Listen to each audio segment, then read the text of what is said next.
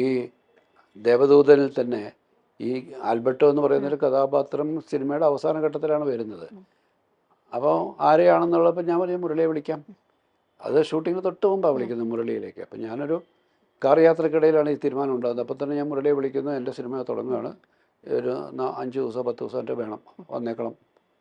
എന്താണ് കഥയൊന്നും ചോദിക്കുന്നില്ല, ഒന്നുമില്ല, എൻ്റെ സിനിമയാണെന്നുള്ളത് മാത്രമേ അതിൻ്റെ ഒരു ക്രൈറ്റീരിയ ആയിട്ട് മുരളിക്കുള്ളൂ. മനോരഥങ്ങൾ സിനിമയുടെ ഫംഗ്ഷന് വെച്ചിട്ടാണ് സാറിൻ്റെ യങ് ജനറേഷനിൽ ഏറ്റവും കൂടുതൽ സിനിമകളിൽ അഭിനയിച്ചിട്ടുള്ള ആസിഫാണ്. അപ്പോൾ ആസിഫിന് ഒരു അൺഫോർച്ചുനേറ്റ് ആയിട്ടുള്ളൊരു വിഷയമുണ്ടായി. നമ്മൾ സോഷ്യൽ മീഡിയയിലാണെങ്കിലും മൊത്തത്തിൽ നമ്മുടെ സമൂഹത്തിനിടയിൽ വലിയൊരു ചർച്ചയായ ഒരു വിഷയം സംഭവിച്ചിരിക്കുന്നത്.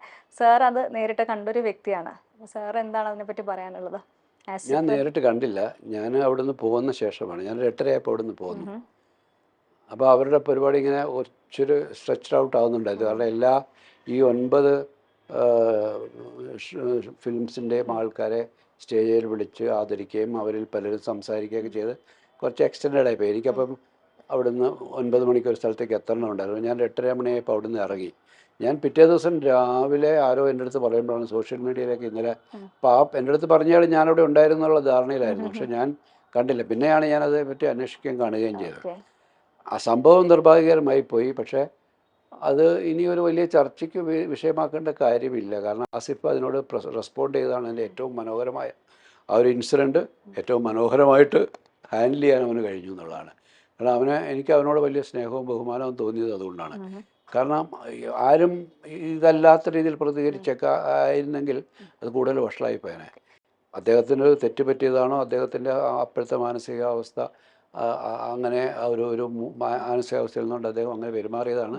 അതിലെ ശരി തെറ്റുകൾക്കാണോ അപ്പുറത്തേക്ക് ആസിഫിൻ്റെ ശരിയാണ് ഞാൻ നോക്കി കാണാൻ ആഗ്രഹിക്കുന്നത്. അതാണ് നമ്മുടെ ഒരു സഹജീവിയോട് കാണിക്കേണ്ട.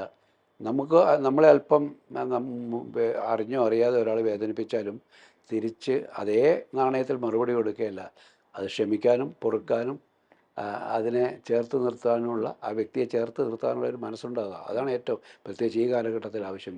അതിന് ഏതൊക്കെ ഡയമെൻഷനിലേക്ക് ആൾക്കാർക്ക് വളർത്തി കൊണ്ടുപോകാമായിരുന്നു. ആസിഫിൻ്റെ ഒരു ഇടപെടലാണ് അത് ഇല്ലാതാക്കി തീർത്തത്. ചിരിച്ചുകൊണ്ട് മാത്രം അത് നേരിടുക എന്ന് പറയുന്നത്, ആ ചിരിക്ക് ഒരുപാട് അർത്ഥമുണ്ടല്ലേ സർ? തീർച്ചയായിട്ടും. ആ ചിരിക്കും അടുത്ത ദിവസം നടത്തിയ പത്രസമ്മേളനം, ആ പത്രസമ്മേളനം നടന്നു കഴിഞ്ഞിട്ട് ഞങ്ങൾ തമ്മിൽ കണ്ടു. എനിക്കറിയത്തില്ല അപ്പോൾ പത്രസമ്മേളനം എന്നെ കാണാനായിട്ട് വന്നു ഇവിടെ ഇതേ ഓഫീസിൽ. ഇവിടെ വന്നപ്പോൾ ഞാനിങ്ങനെ ആ കാര്യത്തെപ്പറ്റി ചോദിച്ചു. അന്ന് രാവിലെ ഞാൻ അയാളെ വിളിച്ചിരുന്നു. അപ്പോൾ അയാൾ പറഞ്ഞു ഇങ്ങനെയൊക്കെ സംഭവിച്ചു സാർ, എനിക്കറിയില്ല എന്താ സംഭവിച്ചത്, എനിക്കും പിടുത്തമില്ല എന്നൊക്കെ പറഞ്ഞിരുന്നു. പക്ഷേ വന്ന് ഉച്ച കഴിഞ്ഞിട്ട് ഈ പത്രസമ്മേളനം കഴിഞ്ഞിട്ട് ഇവിടെ ഈ റൂമിൽ തന്നെ എന്നെ കാണാൻ വരുന്നു. വന്നപ്പം ഞാൻ ചോദിച്ചപ്പോൾ പറഞ്ഞു ഇല്ല സാർ, അത് കഴിഞ്ഞു, ആ പ്രശ്നം കഴിഞ്ഞു, ഞാൻ സംസാരിച്ചു. പിന്നീട് ഞാനത് കണ്ടപ്പോൾ എനിക്ക് അവനോട് വല്ലാത്തൊരു ബഹുമാനവും ഇഷ്ടവും തോന്നി. കാരണം അത്ര പക്വതയോടുകൂടി ആ വിഷയത്തെ ഹാൻഡിൽ ചെയ്യാൻ അവൻ്റെ വായിൽ നിന്ന് തെറ്റായ വാക്ക് വന്നിരുന്നെങ്കിൽ അത് ഇനിയും ആളിക്കത്തേന്. അദ്ദേഹത്തെ വളരെ പക്വതയോടെ അതിനെ ഹാൻഡിൽ ചെയ്ത് അതിനെ ഒരു വലിയ സന്ദേശം നമ്മുടെ സമൂഹത്തിന് നൽകാൻ അവന് കഴിഞ്ഞു എന്നുള്ളതാണ്. ഓക്കെ.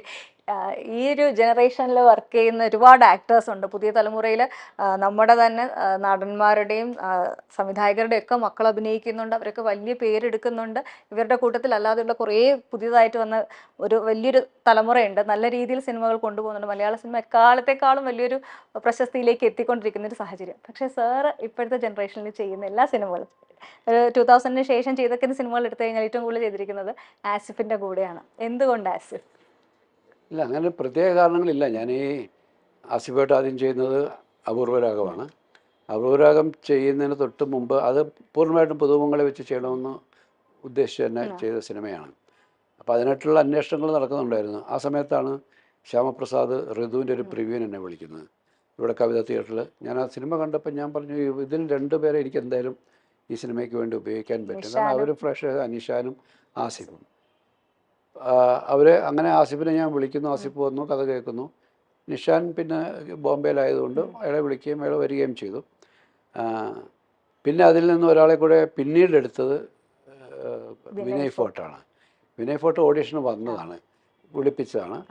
പക്ഷേ വിനയ് ഫോർട്ടും അങ്ങനെ ആ ടീമിൻ്റെ ഭാഗമായി. നിത്യയെ പിന്നീട് നമ്മൾ നേരത്തെ ആകാശഗോപുരത്തൊക്കെ കണ്ടൊരു ഓർമ്മയിലാണ്. എനിക്ക് ആസിഫിനോട് തോന്നിയ ഒരു താല്പര്യം എന്ന് വെച്ചാൽ അവൻ ഭയങ്കര സിനിമയോടുള്ള വല്ലാത്ത പാഷനുണ്ട്. അതിനുവേണ്ടി ഒരുപാട് കഷ്ടപ്പെട്ടിട്ടുണ്ട്. അതിനുമപ്പുറം അവനൊരു ജെന്യുവൻ ആക്ടറാണെന്ന് തോന്നി. അവനൊട്ടും ആർട്ടിഫിഷ്യലല്ല അവൻ ചെയ്യുമ്പോൾ. ആ സിനിമയിൽ തന്നെ പ്രത്യേകിച്ച് ആ സിനിമയിലൊരു രംഗമുണ്ട്, അവൻ സ്വന്തമായിട്ട് കൈ മുറിക്കുന്ന ഒരു രംഗമുണ്ട്. ആ രംഗം ഷൂട്ട് ചെയ്തിരിക്കുമ്പോൾ എനിക്ക് മനസ്സിലായി ഇവൻ ഇവിടെ നിൽക്കാനുള്ളവനാണ് എന്നുള്ളത് തോന്നി. അത് എനിക്ക് ആ ഒരു മൊമെൻ്റാണ് ഞാൻ ആസിഫിൽ ഒരു നടനെ കണ്ടെത്തുന്നത്. ചെയ്തതെല്ലാം നന്നായി ചെയ്തു, പക്ഷെ അവന് പെർഫോം ചെയ്യാൻ കിട്ടിയ ഒരു സ്പേസ് അതായിരുന്നു ആദ്യമായിട്ട്. മറ്റെല്ലാവരുടെയും കൂട്ടത്തിൽ നിൽക്കായിരുന്നു, പക്ഷേ ഈ ഒരു സീനിലാണ് അവൻ ഡോമിനേറ്റ് ചെയ്യുന്നത്. അവിടെ അവൻ ആ സീനെ ഭയങ്കര അവൻ ഡോമിനേറ്റ് ചെയ്യേണ്ട ഒരു സീനാണ്. അത് വളരെ ഭംഗിയായിട്ട് അവൻ ചെയ്തു. അതുകൊണ്ടാണ് പിന്നെ പലപ്പോഴും ഒരു കഥ വരുമ്പോൾ ആസിഫിലേക്ക് ചിന്ത പോകുന്നത്. സാറിന് ഇപ്പോഴത്തെ തലമുറയിലെ അഭിനേതാക്കളിൽ സാറിന് ഭയങ്കരമായിട്ട് വർക്ക് ചെയ്യണം എന്ന് ആഗ്രഹമുള്ള ഒരു ആക്ടർ, ഫീമെയിൽ ഓർ മെയിൽ, അങ്ങനെ പറയുകയാണെങ്കിൽ? ഒരുപാട് പേര് നല്ല ആക്ടേഴ്സ് നമുക്ക് പുതിയ തലമുറയിലുണ്ട്. അവർക്കൊരു പക്ഷേ ചിലപ്പോൾ അവർക്ക് ഒരു അവർക്ക് ചെയ്യാൻ പാകത്തിലുള്ള ഒരു കരുത്തുറ്റ ക്യാരക്ടേഴ്സ് അവരുടെ കയ്യിൽ എത്തിപ്പെടാത്തതുകൊണ്ടായിരിക്കും പലർക്കും അവരുടെ പൂർണ്ണമായിട്ടുള്ള കഴിവ് പുറത്തേക്ക് വിട്ടാൻ പറ്റത്തില്ല. എനിക്ക് ആഗ്രഹമുള്ള ഒരാൾ ഫഹദാണ്. കാരണം ഫഹദ് എൻ്റെ ടൈപ്പ് ഓഫ് സിനിമകൾക്കുള്ള ഒരു ചെയ്യാൻ അത്രയും ഇൻറ്റൻസ് ആയിട്ടുള്ള സിനിമ ചെയ്യാൻ പ്രാപ്തരാണ്. ബാക്കി എല്ലാവരും അങ്ങനെ തന്നെയാണ്. പലർക്കും പല റേഞ്ചാണ്, പല പക്ഷെ ഫഹദാണ് അതിനകത്ത് ഏറ്റവും. ഫഹദ് തന്നെ പലയിടത്തും പറഞ്ഞതായിട്ട് ഞാനും കേട്ടു, സദയം പോലൊരു കഥാപാത്രം എനിക്ക് ചെയ്യാൻ ആഗ്രഹമുണ്ടെന്ന് പറയുന്നത്. അപ്പോൾ അയാൾക്ക് കോൺഫിഡൻസ് ഉണ്ട്. മോഹൻലാലിൻ്റെയും എൻ്റെയും ഏറ്റവും നല്ല സിനിമകളിലൊന്നാണ്. ഞാൻ എൻ്റെ ആസ് എ ഡയറക്ടർ എൻ്റെ ഏറ്റവും ബെസ്റ്റ് സിനിമയായിട്ട് ഞാൻ സദയത്തെയാണ് കാണുന്നത്. മോഹൻലാലിൻ്റെ ഏറ്റവും നല്ല സിനിമകളിലൊന്നാണ്. ദേശീയ തലത്തിൽ ഒരിടത്തും അംഗീകരിക്കപ്പെട്ടില്ലെങ്കിൽ പോലും അയാളുടെ ഏറ്റവും മികച്ച വേറിട്ടൊരു പെർഫോമൻസാണ്. അപ്പം അത്തരമൊരു ഒരു അഭിനയത്തെ തിരിച്ചറിയാൻ അയാൾക്ക് കഴിഞ്ഞെങ്കിൽ അത് അയാളുടെ ഒരു ഡ്രീം ക്യാരക്ടറായിട്ട് അയാൾ മനസ്സിൽ കൊണ്ടു നടക്കുന്നതെങ്കിൽ തീർച്ചയായിട്ടും അങ്ങനെ ഒരാളുമായിട്ട് സിനിമ ചെയ്യുമ്പോൾ നമുക്കൊരു വലിയ റിസൾട്ട് ഉണ്ടാക്കാൻ പറ്റും. അതിൽ നിന്ന് നല്ലൊരു സിനിമ ഉണ്ടാക്കാൻ പറ്റും.